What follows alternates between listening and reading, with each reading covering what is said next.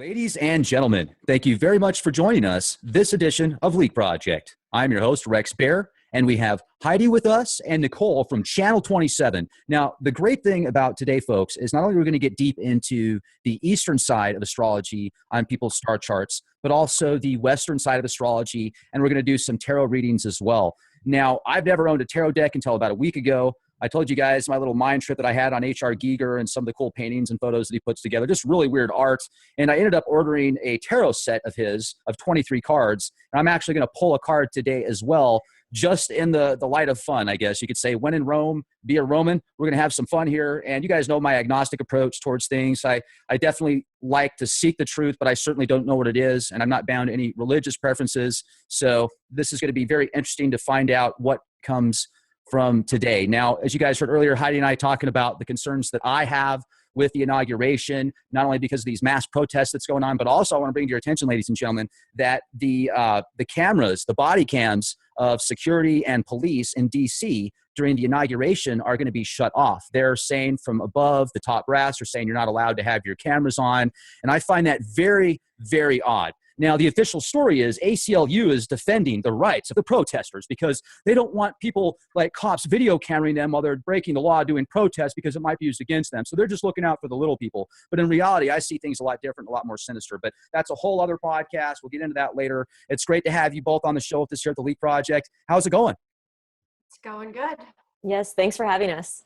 Absolutely. Really appreciate the opportunity. I'm excited. Last time we had Heidi on the show, I mean, you blew some minds, Heidi, with the charts that you did, not only on Trump, but other people. And what I've gotten to know so far from you, Nicole, I mean, you are very astute, and just the knowledge base that you have towards what some might consider esoteric or occult, just because it's hidden knowledge. I often consider it science that's just not as known about because, you know, people have a different label on it. So this is going to be great. Looking forward to it. But let's jump into first. We've got a whole bunch of people's charts that we're going to read that have actually sent in their birth date, where they were born, the time they were born. We're going to get into that here shortly. But the first thing we're going to talk about is Inauguration Day into detail here. So not only what we're going to see on the Eastern side with the charts, but also we're going to pull some cards, and then you guys can decide what the symbolism is based on these tarot cards. So let's go. Let's rock and roll. We'll start with you, Heidi. And we talked a little bit earlier, but let's get into some more details on what you're seeing with Inauguration Day, please. Are we going to share screens? Yeah, and we're going to share screens right now as well. So. All right. So this is, I was just going to kind of look at Donald Trump's transits again, like I did from the previous video. And then look, this is the inauguration actual chart, but I did the Mirharta. It's called time in Vedic astrology to see like how it was transiting on his planets. So his transits right now, this is the exact day. And I know you don't want to really get into this too much, Nicole, but he's got Rahu in the first, right? Ketu in the seventh. And yes, I mean, Rahu and Ketu in the first and seventh are dangerous in your first and seventh house anyway as a transit. So that's my main concern. But right on that day, right, his dasha, Mars is going into right at the eighth house. What's that eighth house? Death, transformation. It's also death and rebirth. So it might not always be, it's change, powerful change. It can be disgrace. It can be all those things. But Mars in his D60 chart, which is his end-all tell-all chart, he had, I noticed he had something that kind of concerned me a little bit. Do you ever use this, Nicole? No, I actually haven't gotten into that screen at all. So Mars is in the 12th house. It's in Pisces. It's in Revati and it's in Purva Bhattapadra. It's an overall energy of, I just personally think he's going to have hidden enemies. And we know that he has enemies and he has hidden enemies. And I don't know what the screen's doing right now, but. It's the Hillary camp. They're trying to mess it up. But I just will say, he's got Mars in the 8th and he's D60. Mm-hmm. And Mars is in the 12th in this. That's my concern. But I'm hoping that he's protected because he has Jupiter and the nakshatras that are protecting him are in good ones. So I do think it's going to hopefully be okay. But this is just at this time. So if you want to look at the inauguration and how the year is going to be, what I intend on doing with a different astrologer, bring him on. He's more into, he does a lot of politics too, did a lot of Trump articles and stuff. we were going to do the inauguration day and kind of give an overall prediction of how the year was going to be, because it's going to be based on what time. So, you know, because if there are riots and there are people going a little crazy, then it might change, and it might change the way the whole chart goes of the year. So, you know, I don't know what the screen is doing. Well, the D60 is the fastest changing most variable chart. So it's refreshing for all the incremental changes that are happening as time passes. You know what I mean? That's what I think it's doing, at least. Yeah, hopefully. This is the chart that you'd use to see the differences in, like, twins, for instance, that are born on the same minute but a different second. Yeah. And also, you can see, like, if you wanted to start a business or something on a day, and you wanted to know if it was a good day, good nakshatra, then we would use this. So, but yes, we're having some technical difficulties, so we might just have to scan this. So really what this software is it's so up to date, it's constantly refreshing to keep the person that's actually keeping track of this software using it. Or if you're doing a reading for somebody, you can tell that person essentially what their day is going to be like based upon the information this is compiled. That's what I believe. Yeah, I haven't ever used this screen, but that's what I would think, since the D60 does change all the time. What does D60 mean exactly? So the D stands for the word divisional. So if you just take a look, like, Heidi, if you could, like, point to one of the squares here, that represents a sign. And each one of these signs can be divided. Well, each one of these signs represents an area of life. And then each of these signs can be divided into smaller and smaller pieces. So let's say, for instance, we're talking about the ninth house, which would represent, one thing it could represent is marriage. Well, if we divide that into 9 sections, or each sign into 9 sections, I mean, I'm not even describing this right, we would get the Navamsha, which is the 9th divisional chart. So really, without going into detail and making myself sound stupid, it's just basically zooming deeper and deeper into the chart based off of a numerological number that relates to a certain quality. So 9 relates to marriage, for instance. So the D60 resonates with the number 60, which would resonate with a specific things. It's actually, the D60 is typically used to show almost like the final results of all the different divisional charts. So I know I'm not describing that perfectly. No, you said that really good. But Okay. the only thing is, if you don't, that will change every 30 seconds. So if you don't know exactly what your time is to the seconds, then, you know, so you really can't use it. That's the point. Because who knows if the doctor, there were some comments that they posted on the YouTube that I did previously, like, what happens if, you know, you're in the ER in the delivery room and the doctor doesn't do your time right? So, which is completely true. I mean, it's true. Exact time. And then there's a question even of if the clock is accurate, like in the 80s or the 70s, you have a little clock moving. Right. So I don't think I think we just pull cards, because I don't really know what I think is going to happen. I'm just hoping and praying that everything goes smooth and safe, and he is going to do a great job. Now, what are you seeing with these charts, Nicole? So I haven't spent any time looking at these charts, and I just, as a disclaimer, I stay out of any political discussion that has to do with astrology or tarot or any of that. I will be drawing a card, but so I'll refrain from making any comment on that chart. But I will say, if anyone wants to do a little deeper research on this chart, maybe Heidi and I can share what the moon's nakshatra is on that day, because oftentimes that the moon's nakshatra will show you which activities are auspicious on that day. And then a person can kind of figure out, well, is inauguration going to be supported or not supported by that moon's nakshatra, which, you know, is something to take into consideration. It's in Swati. So Swati is like the wind. It's fast moving. It's all over the place. Heidi knows a lot about Swati nakshatra. It's a blade of grass. It's a great business person. So it makes complete sense. It's it's a business person that has a business person mentality that fluctuates and kind of can be a great entrepreneur and a great leader and a great CEO. They have phenomenal, but they don't like really. Swati doesn't really like rules well, but I will say, because it wants to be free, but changeable, yeah. But for the most part, I mean, it's a nice nakshatra for business, for, CEOs and leaders and people that start businesses. So I personally think it's a good one. But I mean, I don't know if you can even use, I mean, we're learning. So, and we've been learning for 4 years and we still can't. Yeah. Do an inauguration chart is almost just like you know. Well, let me make an analogy with Swati that just came to mind that I think is kind of fascinating. So if you think about before a storm rolls in, right? So it gets so say it's just normal temperature outside, right?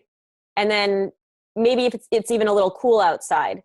And right before a storm, it gets extremely hot and humid. So one day it's just kind of cold, and then maybe 5 hours later or the next day it gets super hot and humid, and it gets super windy. All of a sudden there's all this wind.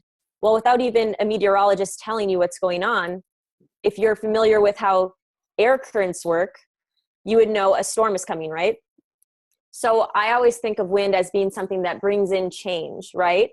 Because whenever a big storm is coming or something of significance, even atmospherically, we get wind. So I think it's kind of an interesting nakshatra. Like, I think it's fascinating that that is the nakshatra of the day of inauguration, because it will bring in something. And what does a storm do? It can create immense change. Like, think about what happens after a tornado, right?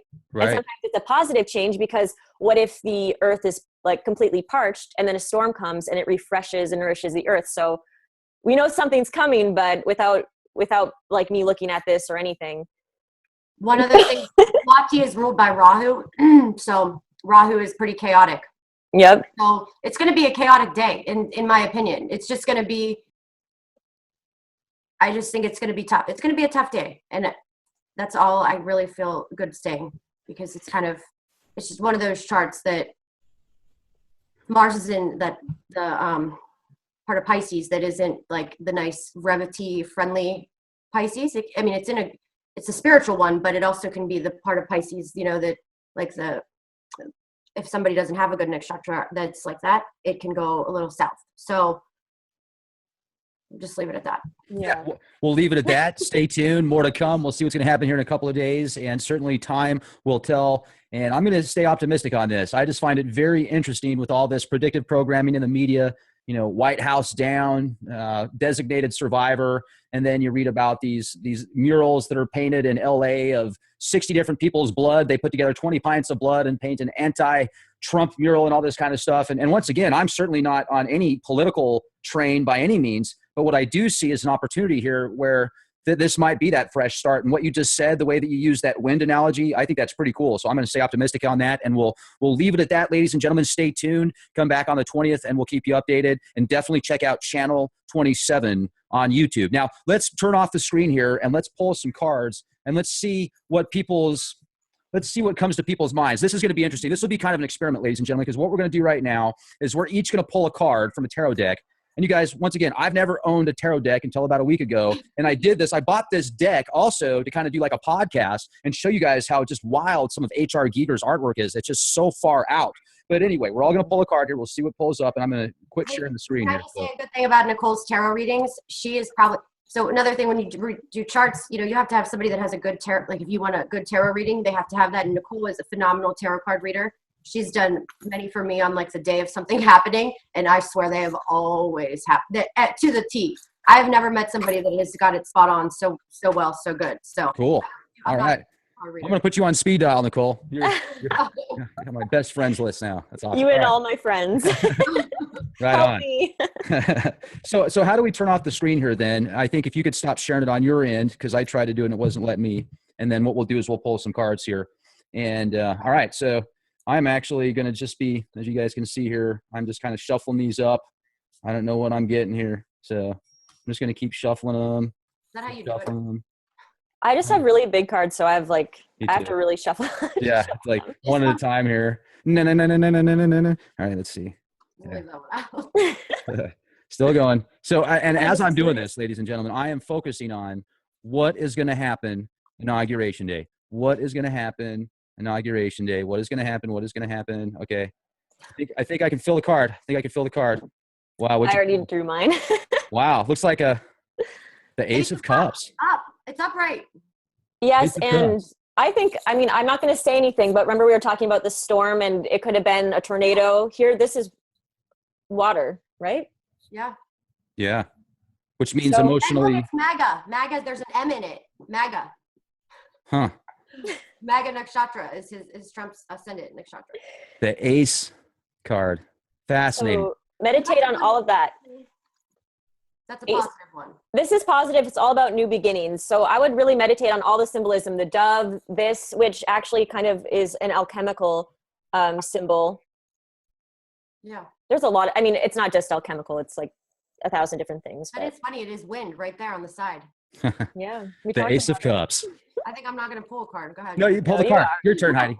Your turn. You have to. I'll do it last. Justice. Put it all the way forward. What is it? Justice. I like this one.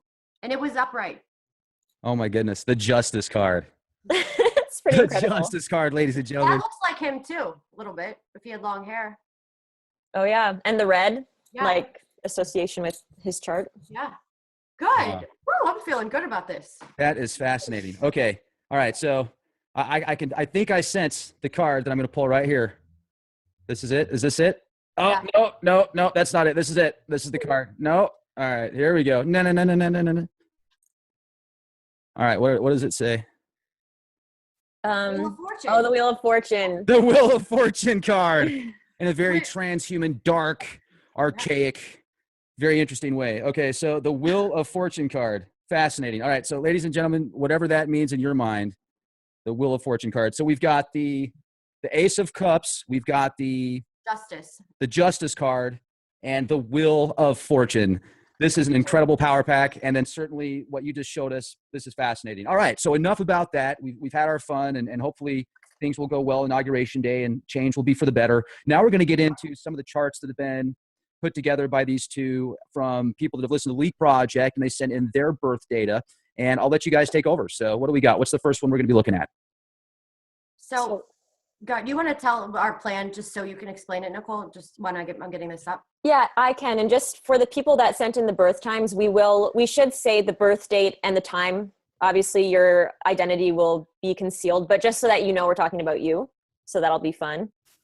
And what we're going to be doing is I primarily study Vedic astrology, but using the tropical zodiac, although I have studied with the sidereal zodiac, and Heidi studies Vedic astrology using the sidereal zodiac. But today we're going to just be looking at your charts together using the sidereal zodiac.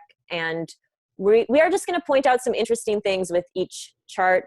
And actually it's so interesting because there are, what I always say to people is that, well, birds of a feather flock together. So whether we're congregating at like a club or even a restaurant or like a real, I'm talking about like a dance club, but even like a book club too, we usually are congregating and drawn towards like-minded people. And even though we shared that one similarity, we likely share other similarities. So I found it fascinating when we looked at some of these charts that I did see a lot of similarities, even in this small group of people that submitted their birth dates, because I know there are a lot more viewers. So we are going to point out some of those similarities as well, just because I found them so fascinating. And if any of you guys get a chance to cast your Vedic astrology chart, you can look for this stuff to see, maybe what is drawing you towards the Leak Project and conspiracy theories and interesting occult subjects. So I think we're going to cover all of that kind of stuff, talking about the ascendant and the nakshatras. And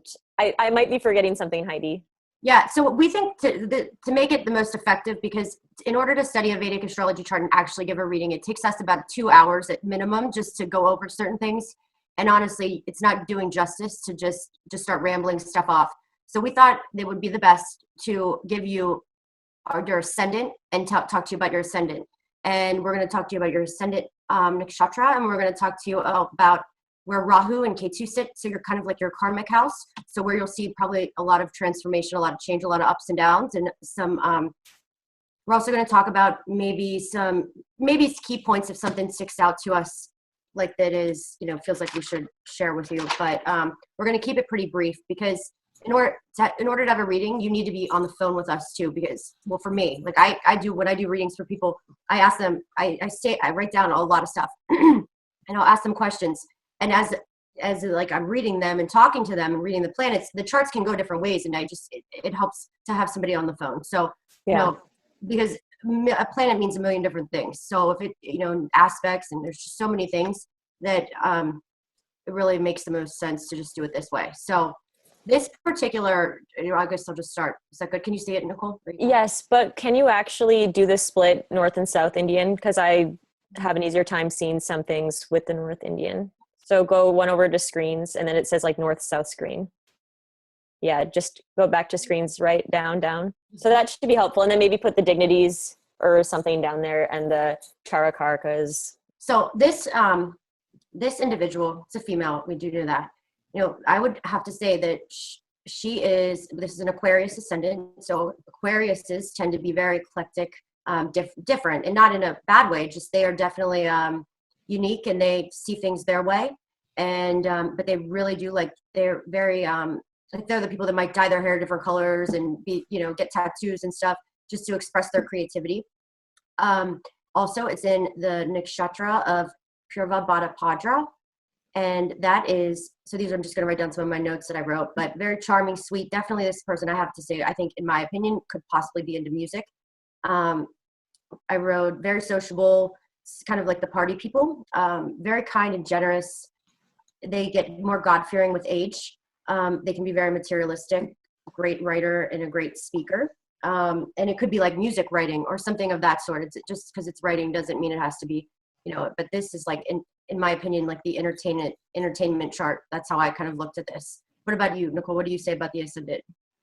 With Aquarius, I always think of Aquarius as being extremely rebellious, more rebellious than other signs. And the thing is that they are searching to individualize themselves from the group, but they are so humanitarian. Like, they do care about others, but they're trying to search for their own identity within the group. So sometimes I think that can get it can get kind of crazy because, like you said, they'll either be like super rebellious with how they look, but also Aquarius ascendant is sometimes the most likely to like get addicted to things or, you know, have other kinds of vices, I guess is the right word. Right. And to be honest with you, and there's some stuff in this chart that would concern me. And this is like, if we just, I'll say that fifth house. That fifth house has some stuff. Rahu, Mars, Sun, and Mercury, all in the fifth house. Mm-hmm. Fifth house is children. It's past life karma. It can be actually rape or something like that. It can be because, and let's just explain why. Because the fifth house it can be like that that romance. Like the seventh house is like sex, but fifth is like romance. Mm-hmm. So that can also be good luck, emotions. It can be psychologists, musicians, astrologers come out of the fifth house. If you have a strong fifth house, you know, there's a great chance you're going to be an astrologer or interested in astrology. Anything using creativity. It's like the house of creativity. So whatever you're it doesn't necessarily have to be creating kids, creating music, creating, you know, astrology charts, whatever it may be. But I will say there's, with all that chaos in there, I would guarantee you, in my opinion, that there were some struggles with the father, for sure. Maybe if there's an older brother, which I think there might be, because there's K2 in the 11th house, and it can be older siblings. So, and even siblings, because the third lord is Mars, and Mars is in there too. Mm-hmm. Or it can be, you know, it could be anything with that. It's just can be a lot of chaos. So there's a troublesome house right there. So whether this person maybe ends up, I actually did a chart recently and had Rahu Mars together, and the woman had 10 kids, but sometimes they don't have kids, they adopt kids, you know, it just depends. So you have to really get into that, you know, a lot of different ways. But I will say too, this 10th house is Jupiter's in Scorpio. Jupiter does well in Scorpio. So, you know, anything in the Scorpionic house that would be a career, like I would say. So I wrote a good blog. I also wrote a good blogger, music, very communicative, but radical, and you don't want to conform to the norms of society. We were going to talk about the moon nakshatra. Yeah, so the moon is in Ashlesha, and then what else did I notice? Let's see. Okay, so the moon is in Ashlesha, and then you also have Saturn in the 9th house. And I did want to point out the 9th house and kind of feature the 9th house, because the 9th house is kind of important in a lot of these charts that we're getting. And it's especially important in this chart because Saturn rules Aquarius, which is the ascendant of this chart. And that lord of the entire chart is going into the 9th house. So I'll give you some of the things I think the 9th house means, and then Heidi can kind of chime in and share her thoughts on that. But for me, the 9th house means like your higher belief system, your philosophy. It's actually like your higher intelligence, whereas the 3rd house is your lower intelligence. So your 3rd house is like kind of what you learn in school. It's that reading and writing and communication. But then ninth house is like higher wisdom, your intuitive wisdom. It can be like your religion that you were brought into. It can be travels to foreign lands, or the wisdom you've learned from your guru or your father. And this woman's ascendant lord goes right into that house. So do you want to add on to? Yeah, so there's, whether, which we'd have to really take a look at it to know this, but whether she might have had very strict upbringing where it was like really a lot of rules and regulations, or it could have been, she rebelled, because I've seen it where people rebel against that and they just kind of go crazy and they're just, especially with these certain nakshatras that are very like spiritual, religious, really going to kind of work for that person, and they're going to be seeking other things. And another thing, Aslesha, this moon nakshatra. Yep. This person, the way this person thinks is very goal oriented. So they're going to think with like, just how do I achieve this, whatever they want. And in my opinion, there's a big draw towards fame and like partners that are famous or partners that are high up in status, because there's Venus in the 7th. That's my opinion. Or maybe, that's what I think. But that Aslesha has that hard time feeling like, oh, okay, so it wants goals and it connects with people. It wants connection and it's going to connect, and she's going to like connect with somebody and then get what she needs out of that, and then kind of moves on to the next. So it's like, like an unfulfilling moon nakshatra, but that's just like, it's a very goal oriented. So whatever she wants, she can get. This person has a chart that could become famous. So, I mean, I would say, because Rahu in the 5th, just like it can destroy the house, it can also make like a windfall and a massive amount of fame. So, right. It depends. Yeah. And what I was going to say about that moon in Aslesha is I feel like the moon is your mind. It's how you perceive things, right? It's what you take in. And she's got that, she has Saturn there in that 9th house of her higher wisdom and philosophy. So something kind of restricted. So, and likely with the Aquarius ascendant, she probably would rebel. But then Aslesha is actually this nakshatra that's like all about cunning and trickery and stuff like that. So I feel like there's some kind of confusion, or there is some kind of rebelliousness in trying to figure out the right way to do things. Like this person would have to be very careful to make sure that they behave in an appropriate manner and, aren't being deceitful. So there is something about the value system that is coming up in this.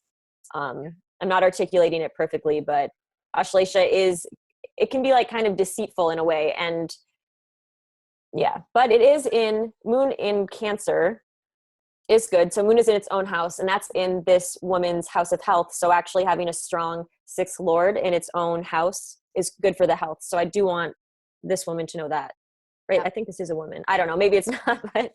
Also, the couple things that, just to bring the little Vedic philosophy into it, I don't know how I wrote this down, but I kind of write notes as I like read charts, but I wrote the star of the winged horse.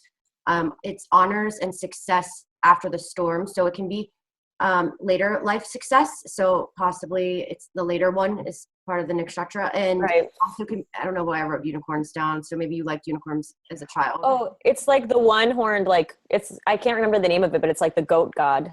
It's a weird Ekapadi or something.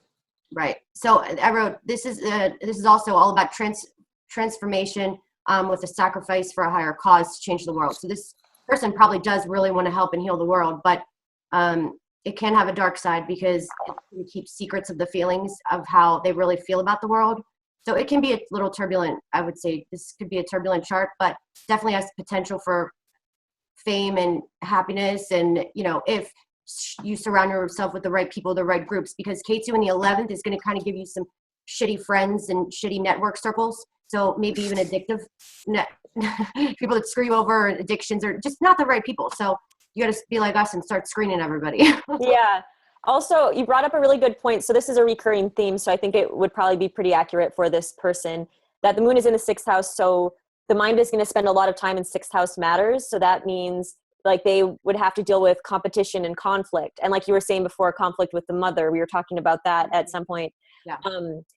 So what happens when that happens, when the moon is in the 6th, is that the person gets so used to dealing with conflict that they can usually, like, they could be like a great lawyer or really great at helping people deal with conflict because their mind has had to deal with it. Like that's part of their life. So, absolutely. So this would give, like I was saying, it's good for the health in this particular chart because it's in a good sign. it would also be good for the mind. And so despite there being that kind of difficult fifth house, there'd be some kind of resilience there. And like Heidi was saying, a possibility to use that resilience in a way to help other people. And, Okay. I was going to give a quick little transit, but I'm sure this person has been just having a rough. This can be just a rough. It's an Aquarius. Is K2 an Aquarius? Is this on the right setting right now, Nicole? That's like that's not right. I think so. I'm trying to think of what it would be tropically. I'll look on mine. Right, that's totally right. It's tropical. Yeah. Right. I was getting confused because Leo. Did somebody earlier that was Leo. But I thought that stellium was actually in Pisces right now, so that seems weird. No, it's in it's an Aquarius tropical or Vedic way. But so I'll say this person is probably right. isolating themselves right now a lot and just kind of retracting and trying to figure themselves out. So it's kind of a shaky thing, but they also could meet somebody. Rahu's right on the Venus here. So this could be a phenomenal, you could meet somebody that it could be a serious relationship if you're not married, but it also could end a marriage too. So it's kind of a weird transit because I've looked at this in mine, and anytime Rahu has been transiting, or the one time it transited my 7th house, it brought a Rahu-like relationship into my life. So it's either filled with fantasy or like a foreigner or, very obsessive and passionate.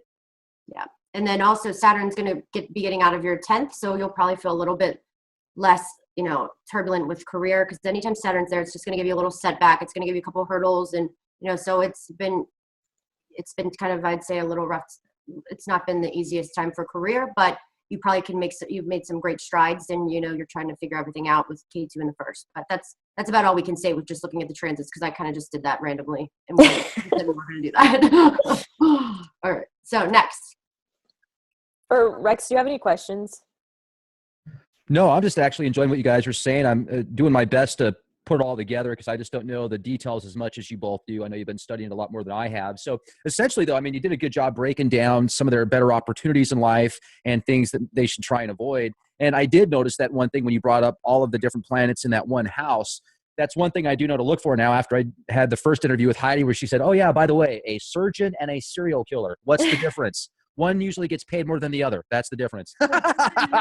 In the star charts, that is. Yeah, you blew my mind with some of those charts, Heidi. But yeah, let's get into the next chart now. This is fantastic. Real quick, there's a phenomenal woman. Her name's Eve, who's a Vedic astrologer. She's a gem. Like, she's so great at these nakshatras. They're her gift. And she did a YouTube today, and she did a class apparently, and she gave the charts of murderers and saints to see if they could figure them out. How funny is that, Nicole? Wow, that's amazing. Yeah, I like her nakshatra videos she made with Dr. Arjun Pai. Yeah, they're really good. So now this is a Scorpio ascendant. So just like me, I'm very familiar with this. Yes. This is a powerful chart. So whoever this person is, this is 11/21/61. I don't know. And this is a good one. This person, I would say, is very intelligent. CEO type of status, possibly very confident. They walk with pride. Scorpios are kind of shy, actually, but then if there's Mars and Sun in there, that's like different ballgame. They're going to be not like that. So Scorpio, it's in Jesta, and Jesta is standing up for something that you really believe that's true, and so it's for fighting for a change. It's digging deep.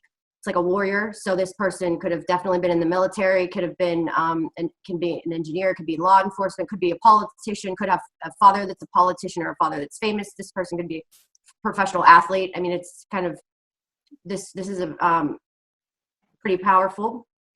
I wrote fighting for social change. And so this person's willing to go out into the war and just fight to help whatever cause he feels like is the cause. This is a male. So, and maybe does business or does something with other countries because Mercury and Venus are in the 12th. I also wrote soldiers, athletes, arms dealers. You have friends with higher status, sons of politicians, celebrities. I said that. This person's very fiery, very bold. And up until 40, I guarantee you, there were it can be a short fuse and like when you're mad, it's like you get pissed and then short fuse type of thing.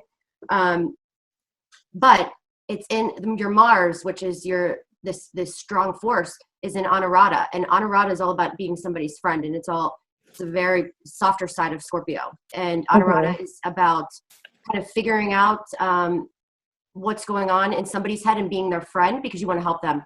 And so it's very psychological. This person's probably really good at deceptive.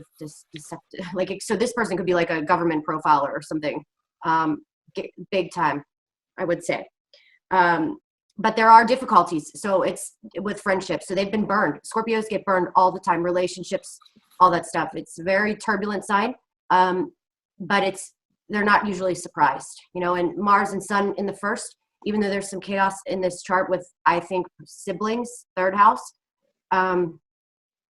particularly maybe younger siblings, or communicate. There's some turbulent structure, or maybe this person,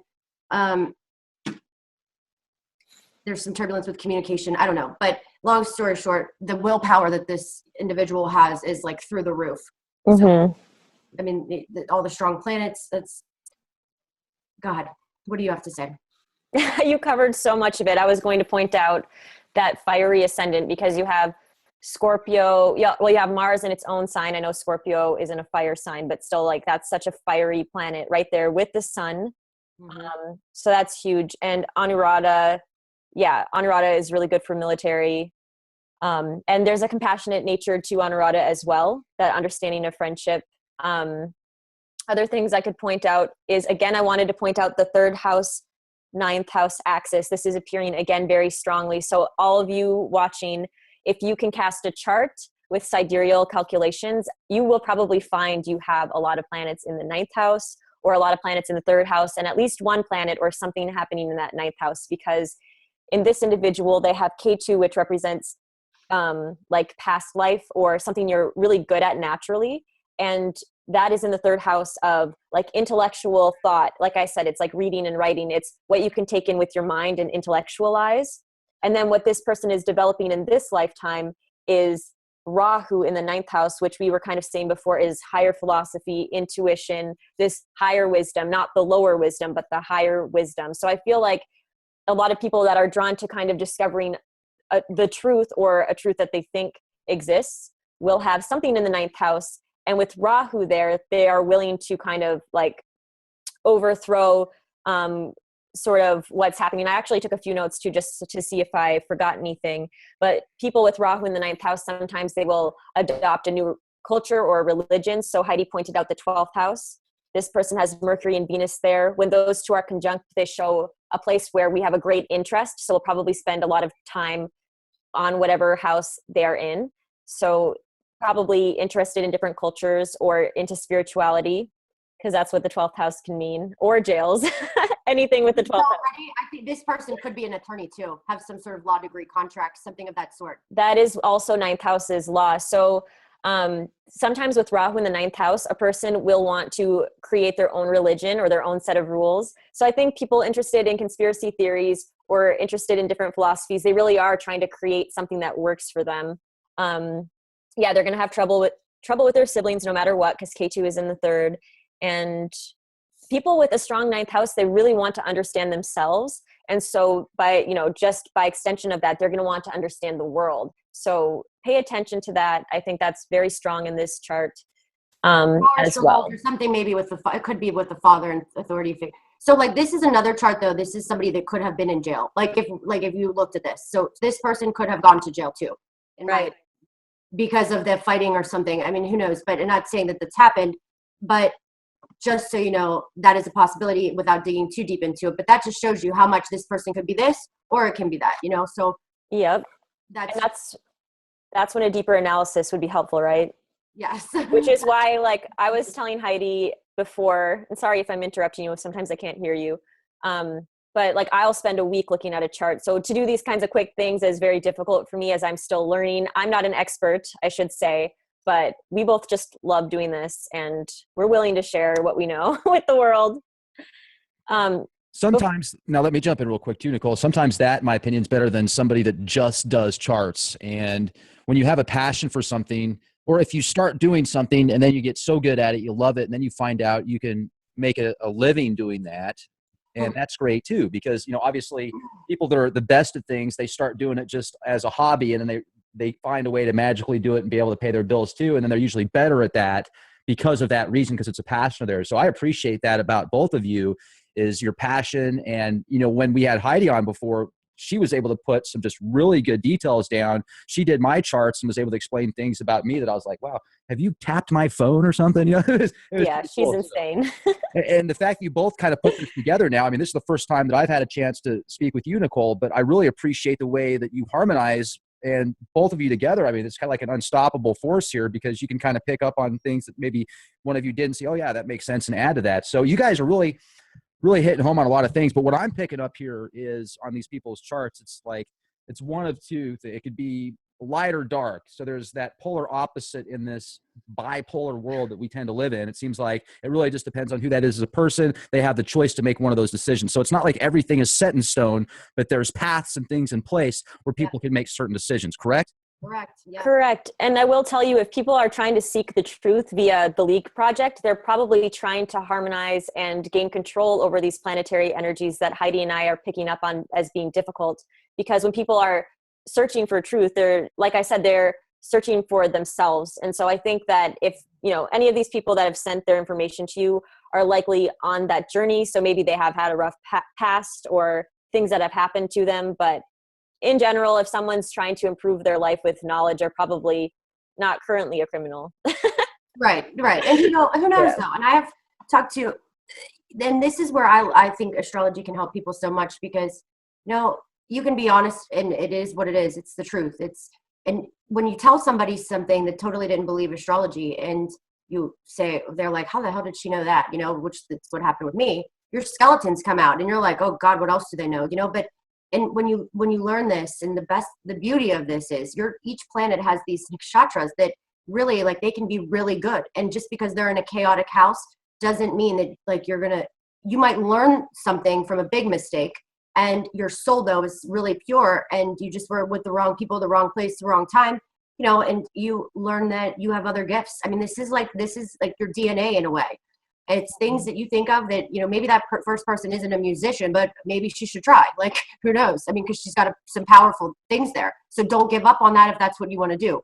Just like, that's in my opinion, if this person just should, what I think is just help as many people as they can. Like, because Scorpios need to help people. Right. Scorpios need to transform people. Anurata is being a good friend. So this is like somebody that's going to naturally intend to do that. The Sun and Mars can be a little bit more powerful, but this could be somebody that fought in the army, that was in the army, military, doing all that stuff as well. So it's so interesting, and not having them on the phone is kind of hard, but yeah. You know what's going to be neat about this, and sorry to interrupt, is it's going to be fun to see what these people say in the comments section that left their birth dates. Because obviously we're not giving their names, but you're saying, okay, this is the birth date. They're going to listen to this and they say, oh, wow, that's me. Holy cow. They're going to say, this person is way off base, or this person is spot on. This is crazy. And it's probably going to be the latter. So I'm pretty excited to see what people have to say. And I know that we have several people's charts and stuff that we are going to read. So how many more did we want to do tonight? And are we still working on this one? No, we go the next one. Yeah, we can do a couple more. We should do the one that Rex was saying was super important, the one that was in Panama. Yeah, let's do this. We'll start. Let's do this one, that one woman that we kind of remember we couldn't. Yep. We'll do in Panama. And while you pull that up, I just wanted to point out a feature that this second chart we looked at also had Moon in the 6th. So someone that has dealt with a lot of conflict, maybe even with their mother, and for that reason is really good at dealing with conflict. And I mean, there's a million things that Moon in the 6th can mean, but I'm just pointing out some things that maybe you guys want to look for that we kind of saw pop up. Now this chart I like a lot. This is definitely somebody that is, in my opinion. So this is a Cancer ascendant. This is January 30th, 1971. Is that the right year? Is that right? I think so. I can check. Okay, so this Cancers are very hard on the exterior, but soft and sweet deep down inside. They love their homes, they love their homeland, they love their mothers. Whether they're turbulent or not, they can still, have that bond with them and be great mothers, motherly. They're just very motherly, and they get their feelings hurt easily. So they're very, very sensitive, even if they don't act like it. Actually, they can be kind of like pistols. My sister is double Cancer, and she doesn't really say much, but remember there's been times when I've said something to her and she's been like, really upset and didn't talk to me for a long time. And, but this person is in Pusha Nakshatra. It's the star of nourishment. So that's like, I think this person could be an advisor, like a psychological teacher, a philosophy teacher into philosophy, because they are all about ingesting knowledge. They're third eye masters, healers type of Kundalini energy. They're able to understand ancient texts, and they're selfless. It's an auspicious nakshatra. And God, what do you have to say about the Cancer Ascendant? So with Cancer Ascendant, one of the things I find the most interesting, and let me just verify. Sorry, I'm looking at the chart the different way, so sometimes I get screwed up. But I always think it's interesting for Cancer Ascendants that, yeah, they're very emotional. Okay, but the moon is actually the planet, one of the planets that can bring great fame. So even though the Cancer is like emotional and sensitive, the Cancer still wants to be super popular. Like the moon moves through the sky very fast, so it's making a lot of planetary connections. So it is kind of about socializing as well. So could want to be popular, could want to be social.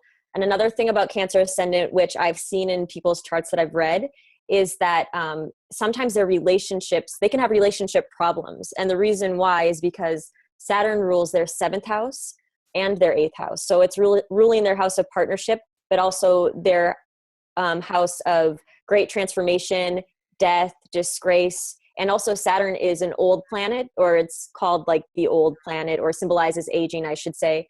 So sometimes they can have older spouses or a delayed marriage. And yeah, we can talk about her. Sometimes I've noticed Cancer struggle having kids. And they struggle having kids. Interesting. So yes. That.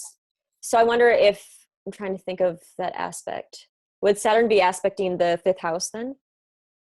I don't know, whatever. I'll look from here. Yes. Right. Yeah. And here's what I think. This person's moon nakshatra is in Uttarabhadrapada. I can't say it right. Uttarabhadrapada. So well, you can't see that. This moon nakshatra is in Pisces, and it's in very spiritual, another Kundalini type of energy. I mean, this person is definitely, in my opinion, a healer. Whether they be I wrote on here just some notes about this could be a teacher, stockbroker, somebody that's in finance or speculation, could be somebody that has some gambling problems, could be like a history teacher, or this could be a nurse. It could be so another thing, maybe even a family counselor or family like psychotherapist or whatever, helping people with addictions because of the fifth house connection with the eighth house, 10th house. So that's just digging deep psychology of things to the 10th house of career. And that's in Barini. And Barini is the nakshatra of healing, bearing, helping, nurturing. You want to step in on some of that because that's your moon nakshatra? Wait, where are you seeing Bharani? Bharani is her 10th house Saturn. Okay. Well, Bharani, yeah, I didn't look that much into it for her, but Bharani is symbolized by the god of death, but it's also symbolized by like the female reproductive system. And so I know I'm not saying that right because I think it's actually like just the ovaries, or it's just one piece of it, but it's actually about like the pain or like the process of bearing, to be able to like bring something into fruition. So oftentimes like there's like a struggle to actually birth something. Mm-hmm. But it's birth because it's death. So in order to be born, you have to die, right? So Bharani is not a very easy nakshatra, I would say, but it can make somebody, I've seen Bharani a lot with musicians' charts, with people that are really into the mystical sciences. And I've seen it as well in a lot of, and I mean, in addition to that, just astrologers have Bharani quite a bit as well. So yeah, I should say more about it because it's my own nakshatra, but I actually have had to like think about it a lot because it's my own nakshatra. So I don't have enough detachment from it to like totally see it for what it is. But I do notice in my own life that creative process is incredibly difficult and like almost painful. So if this person is creative, which is possible, then. And I think this person also could do something with helping children, fighting for children, fighting for a cause for children, fighting to stick up for children, be an attorney or like that their mother's been battered, like an abusive family type of thing. Or that's what they want to do. And they would be very great at that. If any type of helping with all those gifts, this could health and medical field, life coach, just using your knowledge to dissect something, because it's your Venus in the 6th house, Mula, and it's dissecting the psychology of people and how they think with Mercury. And there's just this big, so I think possibly if you're not a psychologist, you should be one. I'm sure a lot of people tell you their problems too. Yeah, that Mercury and Venus there, like I was saying before, that just shows a huge area of interest. So dealing with people's problems, you know, or even health, all that kind of stuff. And I wanted to bring out another feature of this chart actually too. So we have Moon in the 9th, so that becomes really important. Just like that other chart, the Ascendant Lord in the 9th is what's going on in this chart. So this person, their mind and their entire being, because Moon rules their entire being, is going to be highly interested in 9th house subjects. And to repeat what I was saying before, that's higher philosophy, that's seeking the truth. However, this person could have some difficulties within that, just because Uttara Bhadrapada can sometimes mask our intuition by our own emotions. And this is a Cancer ascendant. So just, you know, be aware of like what's coming in and what's truth and what's actually just you emotionally maybe getting attached or not being able to see it for what it is. And also Ketu in the 2nd and Rahu in the 8th, that's definitely some turbulence with finances, whether this person could have hit the lottery or had some rough financial times, you know, depending on particular time frames. But you really don't care about money as much, and your money kind of fluctuates. But there's definitely a finance thing going on with that. That could be an inheritance too. So yeah, or related to the spouse, because Sun in the 7th can give you like a powerful spouse, at least more powerful than you, according to how you feel. And we have Shravana and Dhanishta, which actually bring great wealth. So like maybe, or fame. So like maybe there's something about status and money related with the spouse. I don't know if Heidi agrees. And I'm just pulling stuff randomly. Like, that's good. Say that, because that makes me think more too. And yeah, I think for sure, I think that could even be something with the father. Yeah, and this isn't definitive. Like, this isn't how I read charts. I literally spend 2 weeks poring over a chart, and I have spreadsheets. But this is fun, and it's good to like review stuff and try to get you guys to think about things, and how, even if you don't know anything about astrology, how all this stuff connects. You know, like the moon is your mind and it's your mother. So think about how your psychology is shaped by your mother raising you. Stuff like that. It's fun to think about. Yeah, that's fascinating. Well, yeah, let's go ahead and jump to the next chart if we can then. And so you put in literally a week or longer sometime in these charts that you do, Nicole.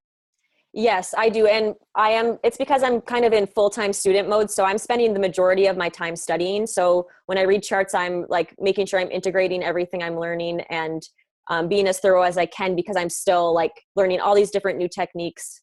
And it's just also how my mind works. Like if you would have a conversation with Heidi about how she perceives astrology and how I perceive it, I'm like so much more academic, which doesn't mean I'm more intelligent or anything. It's just like, I'm so detail oriented. Like I'll read books, whereas Heidi will soak in information in a very Jupiterian, like hearing sort of way. Like she can watch videos and listen, whereas I have to write things down and like calculate things in order for me to really integrate knowledge.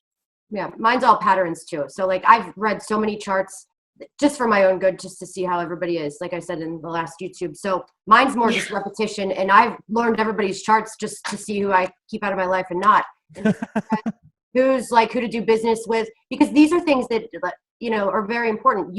There's certain people that aren't going to work well with certain people in a business partnership, for sure. And this is powerful stuff that you don't even know about, that you could avoid some mishaps in your life, you know, just, it's a nice tool. Yeah. Nicole, I'm more of like, I'd say a person that I don't like to do, this is going to happen. I like to pick out somebody's core soul, see what their potentials are, and they can bring them, because they're, you know, sit here and say like, we know this and we know this time. We don't.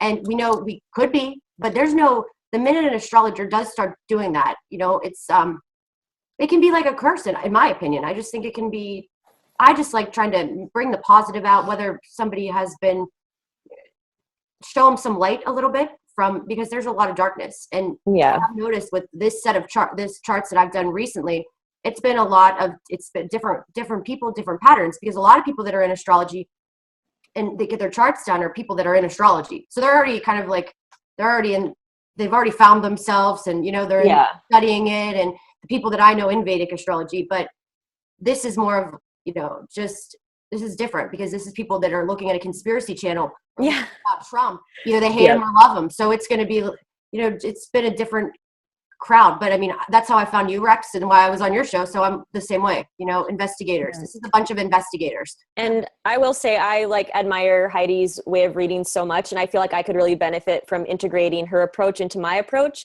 And that's kind of, it's been so nice to be able to work with her and learn from her too, just by talking about astrology all the time. So I feel like we balance each other. We do, because when there's a technical question and somebody's like, what is this going to happen to this? And I'm like, well, I don't know, but I still go ask Nicole. I'm like, can we take a look at this? Do you think it could be this and this? Just, because she's more books. I'm more intuition, and let's see some patterns, and I'm going to talk to the person and understand. So then I'm going to be able to read their chart better. So some astrologers will just send you a video, which is fine. But me personally, when I do people's charts, I have to talk to them. That's just me. I'm more of a counselor person, I guess. That's good that you both work well together and you jive that way. And one of the things about Leak Project, though, is it's certainly a lot more than just conspiracy theories. We get into critical thinking. We get into attempted humor. I attempt to do humor. Like I said, it's attempted humor, ladies and gentlemen. But, we talk about stuff that's serious, too. Like I'll break down scientific data on certain white papers and vaccine charts, and we'll look at the graphs and put things together for people to decide for themselves. But yeah, there's a lot of woo-woo and other things as well. It's definitely entertainment. You can put any label you want on it. And certainly I appreciate the more scientific aspect of things when you do look at some of these charts. I appreciate this over going and picking up a nice meal at a Chinese restaurant and then getting a couple fortune cookies that you open up and it says that tomorrow you have to use the number 7, or no, let's pick up some different numbers, 4, 8, 15, 16, 23, 42, the famous numbers from the series Lost, if you guys have ever watched that. But anyway, another show. Pick those numbers, you'll win the lottery. And you guys are saying, okay, this is almost like a DNA from a star level, as above, so below in this sense, not a metaphysical aspect, but if you really think about it, if there's a possible way to find that quantum entanglement of this birth date equals this star chart, your DNA is like this, and then you put it together on a scientific level as well, taking it to a whole other level. But yeah, you guys definitely work well together. And yeah, let's jump to the next chart. Cool. Yeah, so I guess the Panama one, because that was the one. I didn't look at this at all, so this is going to be me just rambling. So you did, right? More. Okay. Oh, yeah, I definitely did look at this chart. And can you just switch it to North Indian for 1 second so I can verify it?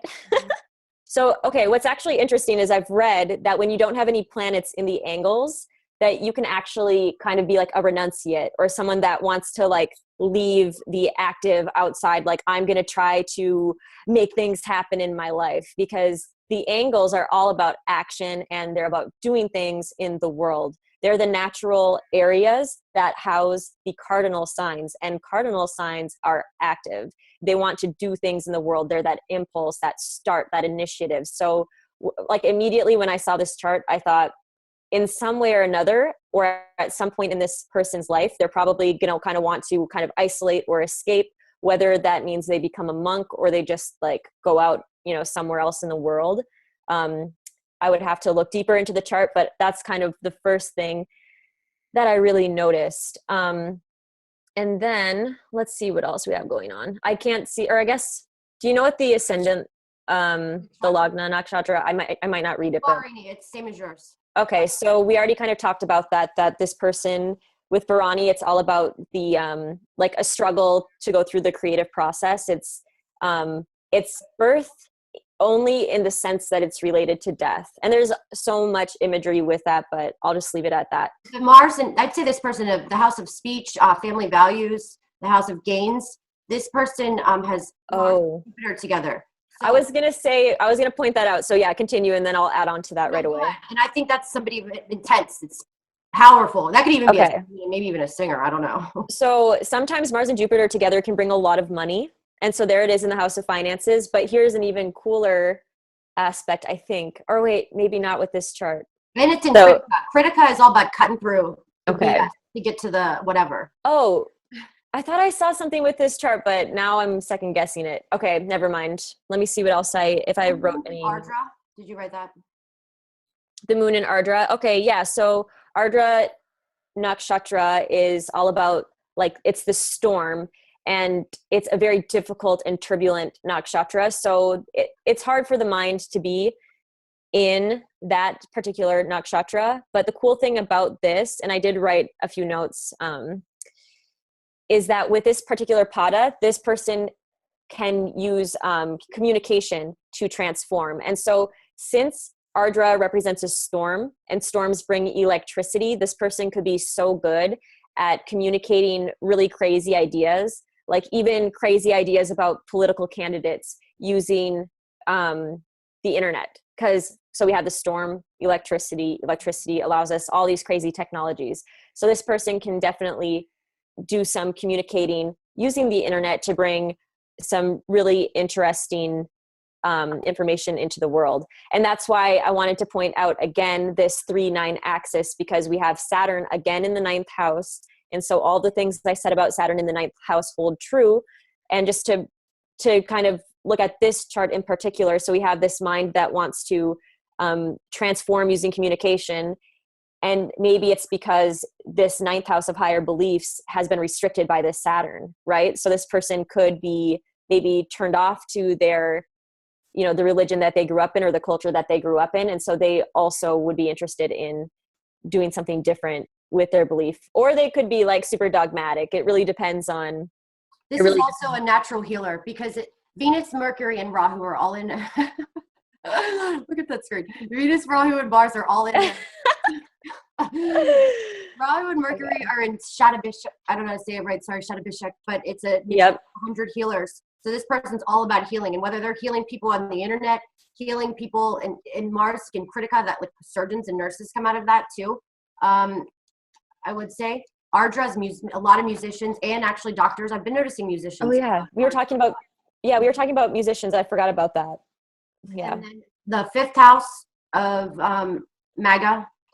So the 5th and 11th house, there's going to be maybe some struggles with kids, children, possibly, depending, you might have had kids later. You might feel like if you had kids, so maybe that's taking away your career feelings. I would say like your career, if you did, you might feel like you didn't get as far because of your career, but this, whatever this person wants to do, I mean, they've got the power for sure in their chart to do it, especially.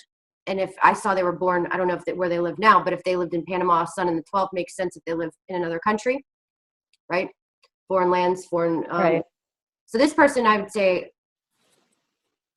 has great gains though, with that Rahu, Mercury, Venus too. Yes, I was going to say Rahu in the 11th is so good for money. And then the Mars and Jupiter together like that, I would think. And Rahu is pretty good for Aquarius with it. That's all Aquarius. So that. Yep. And there's. Oh, sorry. No, go ahead. And there's a relationship between the 2nd and the 11th house then, because 2nd Lord goes into the 11th house. So with that too, that's another great combination for, well, depending. I have to look deeper into this, but. The only thing my main trigger thing would be on this is nothing's going to come easy to this person. It's going to come through hard work because the moon's in the 3rd, or emotional hard work. So the 3rd house is courage, hard work, communication, but it's a house of improvement, so it gets better with time. But anytime you have planets, anything in the 3rd, you have to work hard to it's to get what you want, or whatever it may be. It's more hard work. Yeah. So, and yeah, who knows if this person wants to do the work, because look at all the active houses are empty. So it'd be interesting. I actually have friends that have this, and a lot of those friends, like, they really just like haven't had careers, or they're just chilling, Oh yeah, and you know what? Interesting. Saturn's in. I gotta put the nakshatras up. Okay, so I gotta swap. Oh yeah, you can close this out. I've said all that I can. I didn't really take a long time to look at this because we got this I got this maybe 20 minutes before. Okay, so right. Right. Well, I appreciate you guys going through this for us. Oh, no Saturn problem. is in. So here's the thing. Saturn's in Purvashada or whatever. So that's Sagittarius. That's the 10th. Was that in the 10th or the 11th or the 9th? The 9th. Right. And sometimes that nakshatra can be just more Venus-y and using creativity. So maybe this person is very, very creative, artistic. I would say that's going to be, this person needs to use their creativity, whatever it may be, to fit, because there's a lot of healing, same nakshatra, making change, like MAGA in the 5th. You could become it could be really powerful for fame, being in the limelight.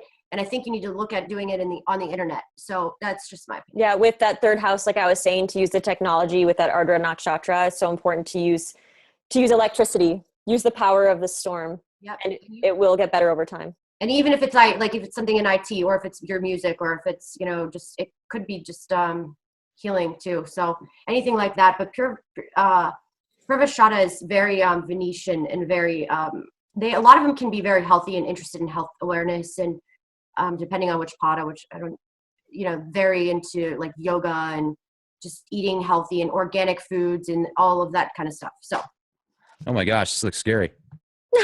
this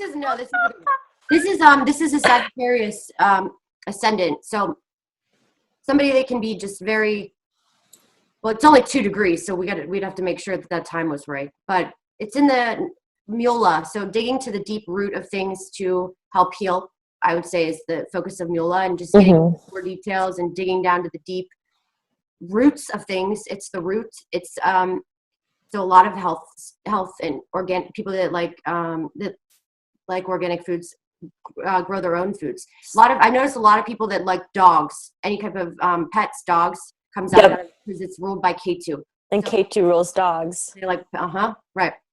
And then this is great. So K2 is in the 4th house, so it can be some turbulence in the home life, and but it's in Revati, which is our nakshatra. So it's K2 does well in there, and he's happy in Pisces. And I know that because I had that for a while in a transit.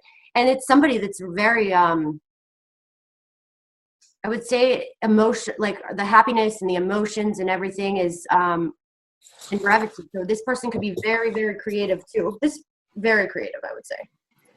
Yeah. And I'll just point out something really fascinating, that almost every single chart we have had, if I'm counting this correctly with this style of chart, we have Moon in the 6th house again, which we've had in almost every single chart, and Saturn again in the 9th house. So I don't even have to really repeat that, but we have this Moon that has dealt with so much conflict or whatever, or has its mind so set on like overcoming problems. And this is a strong Moon. It's in Taurus in Rohini Nakshatra, where it feels so comfortable. The Moon's favorite nakshatra is Rohini, so it loves to spend time there. So this person is going to have, well, with just looking at this one factor, that's a good factor for the health. But also Moon and Rohini can like make people jealous of you, because so like you might be like beautiful or have some kind of talent or whatever that people would be jealous of you about. So, another thing, I would say this person possibly had some things with their mother, because the Moon is the least, so their mother can cause some turbulence. I would say maybe they might have some power struggles. Just nothing, it might not be anything, but, or maybe this person, where's the 8th house? Well, it does, yeah, because Moon does rule the 8th, so that could be worse for health, because we have that 8th Lord also strong. But anyways, I'm not like going to go into a deep health thing, but yeah, the mother would definitely, anytime Moon goes into the 6th, do some deeper research, because that could indicate the struggle with the mom. Rahu and K2. Rahu, Sun, Mercury in the 10th. This person in Hasta. Hasta is all about the hands, healing. Rahu and Hasta is, so this person's father possibly was really good with his hands. Possibly this person's father was in the government. Possibly this person's father was like very handy. And this if this person, this career, they need to work alone, and they should do something that has to do with healing and anything with the hands. Whether they're in, I've noticed a lot of people that are in Hasta, they're really good gardeners, really good at massage therapists come out of there, anything, and really good at contracts. So like good at paperwork and very like writing. They're good at writing and painting. So like writers. That's why they're like good at contracts, because they like can write really well. Mm-hmm. Like anything with your hands. I've met Hasta people that are painters, writers, and musicians, like just hands. Mm-hmm. And just hands. They're just all hands, like made out of hands. Yeah, giant hands. Yeah. That's a lot of Hasta. Nice. It's a hamburger helper guy. Yeah. Or the Meineke commercial. The others, never mind. Back on track. So really what you're saying though, this person is essentially really good with their hands. They should use their creative ideas and stuff like that, maybe with writing or other things, and healing is something that they're really good at. Or yes. Mm-hmm. Yeah. And they need to start their own business. They need to start their own business. Yeah, they're not going to work well for somebody. This person needs their space.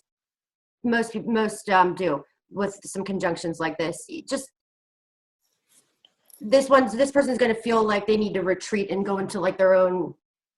They're going to get more creative and more with K2 and I think in Revity, it's going to get more creative when they have their alone time, whether they're listening to music or they're doing some sort of meditation. And I don't mean meditating like you just don't have to meditate like this, there's sometimes playing music can be meditation for people, or playing the drums.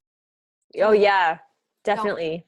So any type of meditation is going to help this person's creativity and that stuff to come out and really flourish. Yeah, I agree with you. You? Yeah. And I'm just trying to see what else is going on there. But there's a lot. But I think we dug up a lot of stuff about this person. That was just getting it on the fly, huh? Yeah, not bad. Not bad. Saturn and Venus in the 9th. They also have a Mars-Jupiter conjunction too. Yeah, their husband. I would say that this person's husband is, but it's in Gemini, so he's creative. Can be, or she's attracted to creative spouses that are, because it's in Ardra and it's in Pranavasu and just it's that star searcher type of thing. Yeah, is a star searcher. Ardra is bringing the storm, so 7th Lord is in the Mercury in the 10th. This person could work with the husband. They could work together. I don't know. This is rambling without. Yeah, we're just rambling. And also with this one, there's going to always be kind of a struggle between home life and work life and trying to balance that out. So they might feel most comfortable like being at home or being in their own space, but really this whole lifetime is about getting them out into the world, getting them to be more public. So that's something that they're going to develop. So they might have struggles with that along the way. Yeah. And that's what this person needs to do: get out in the limelight and get. And it probably might not. It's not like, because K2 will make you want to stay in your home where you feel isolated and you feel more comfortable. But sometimes you have to learn how to balance that.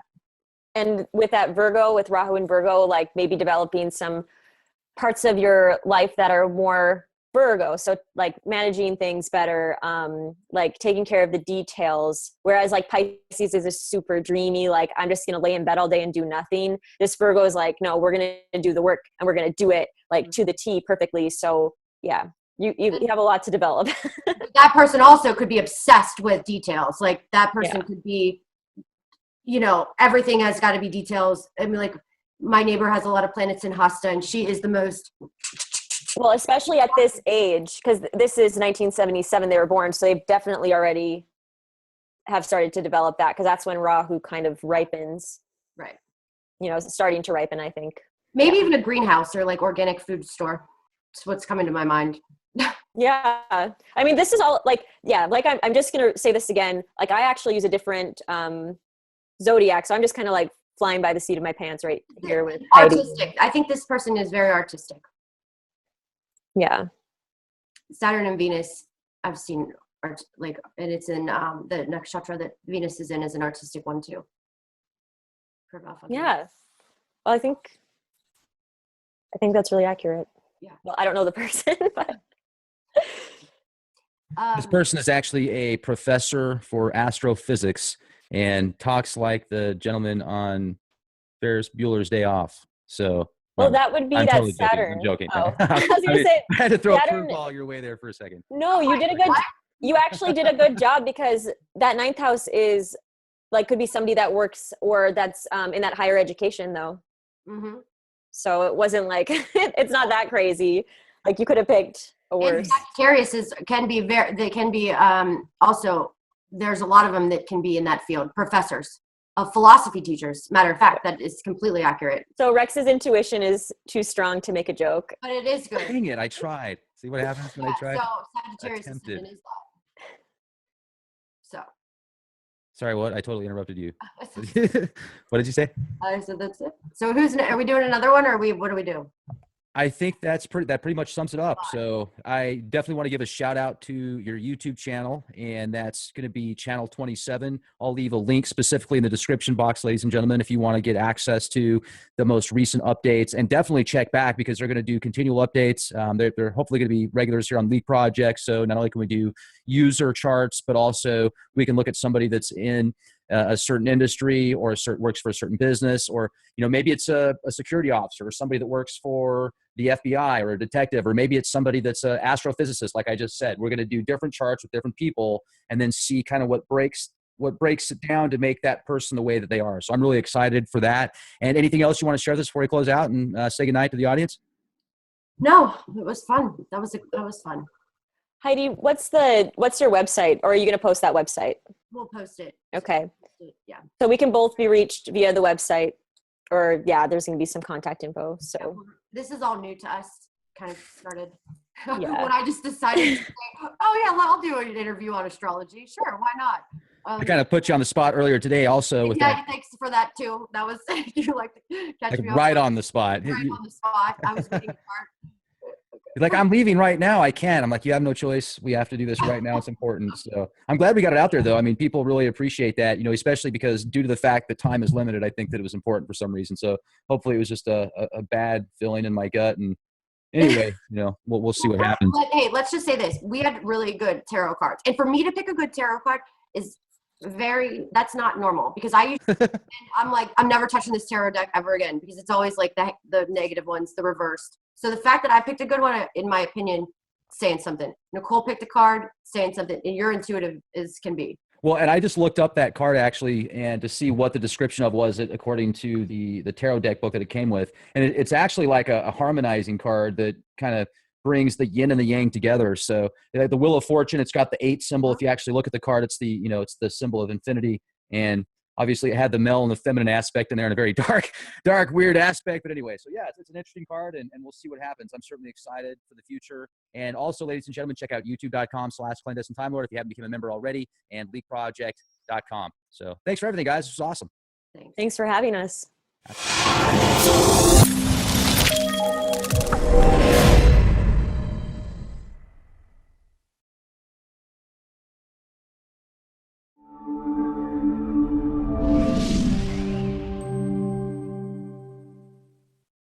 Ladies and gentlemen, thank you very much for joining us this edition of Leak Project. I'm your host, Rex Bear, and we have Heidi with us and Nicole from Channel 27. Now, the great thing about today, folks, is not only are we going to get deep into the Eastern side of astrology on people's star charts, but also the Western side of astrology, and we're going to do some tarot readings as well. Now, I've never owned a tarot deck until about a week ago. I told you guys my little mind trip that I had on H.R. Giger and some of the cool paintings and photos that he puts together, just really weird art.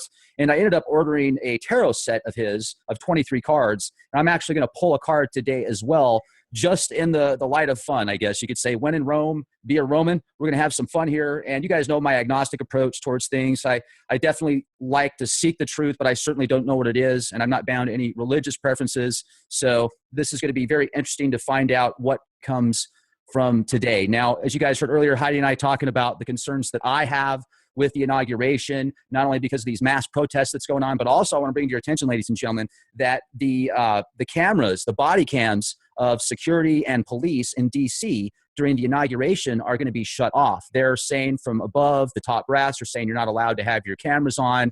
And I find that very, very odd. Now, the official story is ACLU is defending the rights of the protesters because they don't want people like cops video cameraing them while they're breaking the law doing protests because it might be used against them. So they're just looking out for the little people. But in reality, I see things a lot different, a lot more sinister. But that's a whole other podcast. We'll get into that later. It's great to have you both on the show with us here at the Leak Project. How's it going?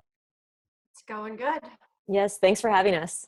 Absolutely. Really appreciate the opportunity. I'm excited. Last time we had Heidi on the show, I mean, you blew some minds, Heidi, with the charts that you did, not only on Trump, but other people. And what I've gotten to know so far from you, Nicole, I mean, you are very astute, and just the knowledge base that you have towards what some might consider esoteric or occult, just because it's hidden knowledge. I often consider it science that's just not as known about because, people have a different label on it. So this is going to be great.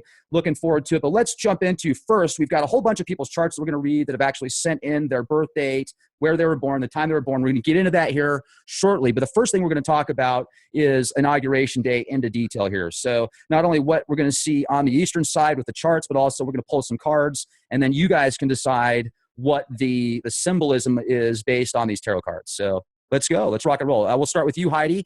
And we talked a little bit earlier, but let's get into some more details on what you're seeing with Inauguration Day, please.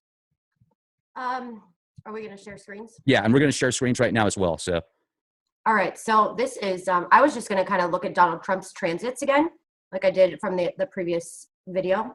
And then look, this is the inauguration actual chart, but I did the Murharta, it's called time in Vedic astrology, to see like how it was transiting on his planets. So his transits right now, this is the exact day. And I know you don't want to really get into this too much, Nicole, but he's got Rahu in the first, right? Ketu in the seventh. And yes, I mean, Rahu and Ketu in the first and seventh are dangerous in your first and seventh house anyway as a transit. So that's my main concern.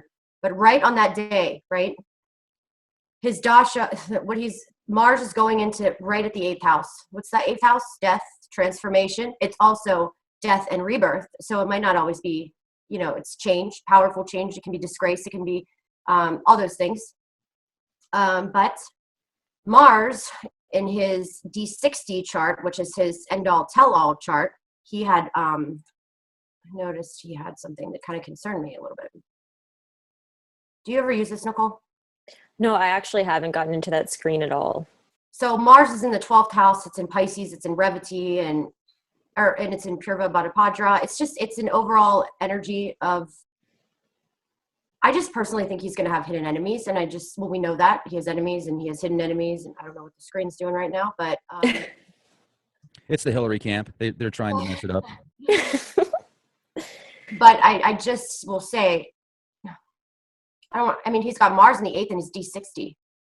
Mm-hmm. And Mars is in the 12th in this. That's my concern. But I'm hoping that he's protected because he has Jupiter, and the nakshatras that are protecting him are in good ones. So I do think it's going to hopefully be okay. But this is just at this time. So if you want to look at the inauguration and how the year is going to be, what I intend on doing with a different astrologer, bring him on. He's more into, he does a lot of politics too, did a lot of Trump articles and stuff.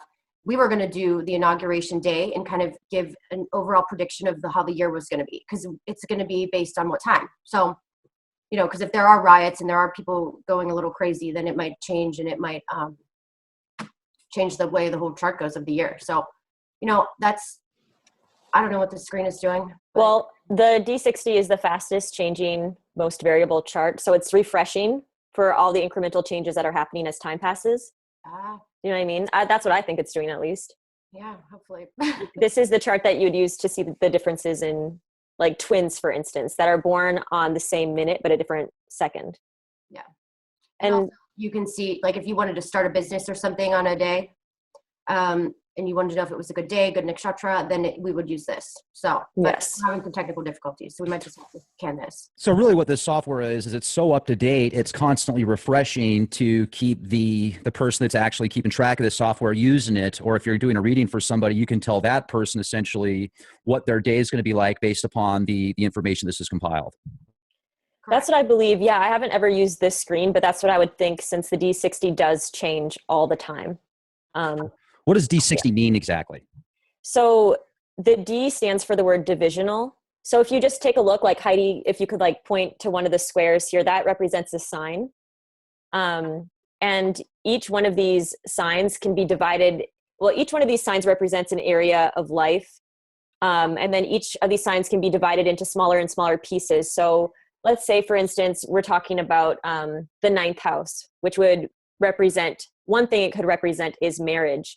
Well, if we divide that into 9 sections, or each sign into 9 sections, I mean, I'm not even describing this right, we would get the Navamsha, which is the 9th divisional chart. So really, without going into detail and making myself sound stupid, it's just basically zooming deeper and deeper into the chart based off of a numerological number that relates to a certain quality. So 9 relates to marriage, for instance. So the D60 resonates with the number 60, which would resonate with a specific things. It's actually, the D60 is typically used to show almost like the final results of all the different divisional charts.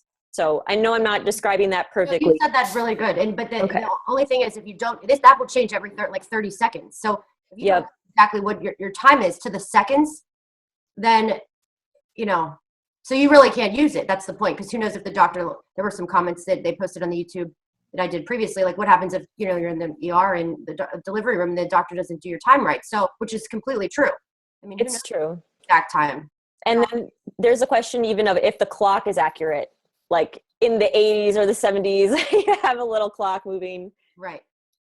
Right. So I don't think I think we just pull cards because I don't really know what I think is going to happen. I'm just hoping and praying that everything goes smooth and safe, and he is going to do a great job. Now, what are you seeing with these charts, Nicole? So I haven't spent any time looking at these charts, and I just, as a disclaimer, I stay out of any political discussion that has to do with astrology or tarot or any of that. I will be drawing a card, but so I'll refrain from making any comment on that chart. But I will say, if anyone wants to do a little deeper research on this chart, maybe Heidi and I can share what the moon's nakshatra is on that day, because oftentimes that the moon's nakshatra will show you which activities are auspicious on that day.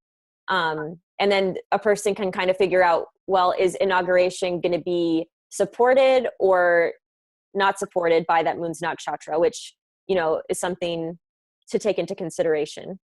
It's in Swati. So Swati is like the wind. It's fast moving. It's all over the place. Heidi knows a lot about Swati nakshatra.